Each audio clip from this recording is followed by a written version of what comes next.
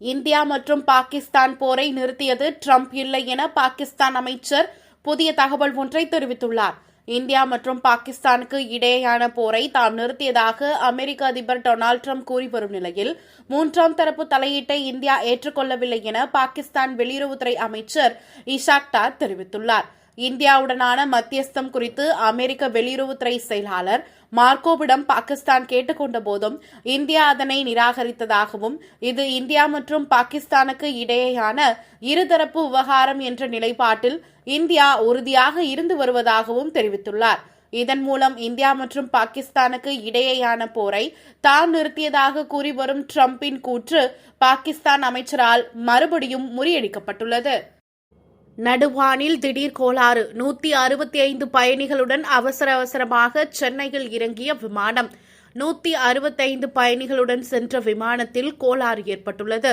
சென்னையிலிருந்து பெங்களூருக்கு புறப்பட்ட விமானத்தில்தான் இயந்திர கோளாறு கண்டுபிடிக்கப்பட்டுள்ளது. நடுவானில் திடீரென இயந்திர கோளாறு ஏற்பட அவசரமாக சென்னையில் தரையிறங்கியுள்ளது. மாற்று விமானம் ஏற்பாடு செய்து பயணிகள் பெங்களூருக்கு அனுப்பி வைக்கப்பட்டுள்ளனர். மீண்டு வருகிறது பூமியின் பாதுகாவலனான ஓசோன் படலம்.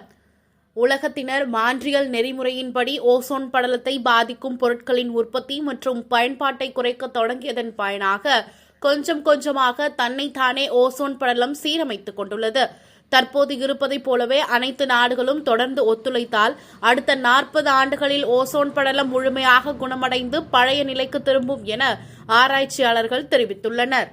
பருவமழை தீவிரமடைந்துள்ளது. நாடு முழுவதும் பல்வேறு மாநிலங்களில் மழைக்காலம் தொடர்ந்து வட இந்தியாவில் பருவமழை தீவிரமாக பெய்து வருவதால் உத்தரகண்ட், இமாச்சல், பஞ்சாப் மற்றும் ஜம்மு காஷ்மீரில் பெரும் சேதத்தை ஏற்படுத்தியுள்ளது.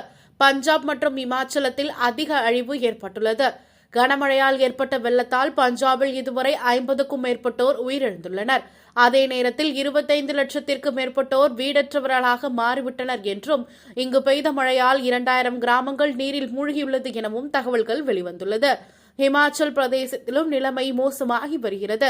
4313.99 கோடி இழப்பு ஏற்பட்டுள்ளது எனவும், சில நாட்களாக இமாச்சல பிரதேசத்தில் பெய்த கனமழை, நிலச்சரிவு மற்றும் வெள்ளம் காரணமாக மாநிலத்தில் மின் இணைப்பு மோசமாக பாதிக்கப்பட்டுள்ளது.